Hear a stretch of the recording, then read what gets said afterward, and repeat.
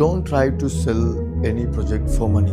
സത്യം പറഞ്ഞിട്ടുണ്ടെങ്കിൽ എനിക്ക് അങ്ങനെ ഒരുപാട് ക്ലയൻസിനെ നഷ്ടപ്പെട്ടിട്ടുണ്ട്. എനിക്കൊരു ക്ലയൻറ്റ് വരുന്ന സമയത്ത് ഞാൻ എന്താ ചെയ്യുന്നതെന്ന് വെച്ചിട്ടുണ്ടെങ്കിൽ ഞാൻ എൻ്റെ ബിൽസ്, എൻ്റെ EMI കാര്യങ്ങളൊക്കെ ഞാൻ മോർ ഫോക്കസ് ചെയ്യാറുള്ളത്. ഞാനാണെങ്കിൽ ഒരിക്കലും ആ ഈ ഒരു ക്ലയൻറ്റിനെ കുറിച്ച് ഞാൻ ആലോചിച്ചിട്ടില്ലായിരുന്നു.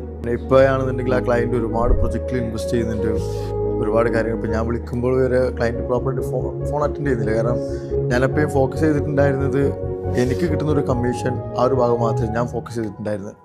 സത്യം പറഞ്ഞിട്ടുണ്ടെങ്കിൽ നമ്മളൊരു പ്രൊജക്റ്റ് കൊടുക്കുന്ന സമയത്ത് നമ്മളൊരിക്കലും നമുക്ക് കിട്ടുന്നൊരു എമൗണ്ട് അല്ലെങ്കിൽ നമ്മളൊരു കമ്മീഷൻ പാട് നമ്മൾ ചിന്തിക്കാനേ പാടില്ല.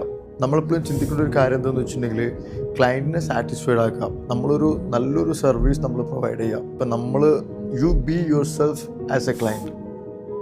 നമ്മളങ്ങനെ ചിന്തിച്ചിട്ട് നമുക്ക് കൊടുക്കാൻ പറ്റുന്ന ബെസ്റ്റ് സൊല്യൂഷൻ ആയിരിക്കും നമുക്ക് ക്ലയൻറ്റിന് കൊടുക്കേണ്ടത്. അപ്പം അങ്ങനെ കൊടുക്കുന്ന സമയത്ത് the money will come to you automatically.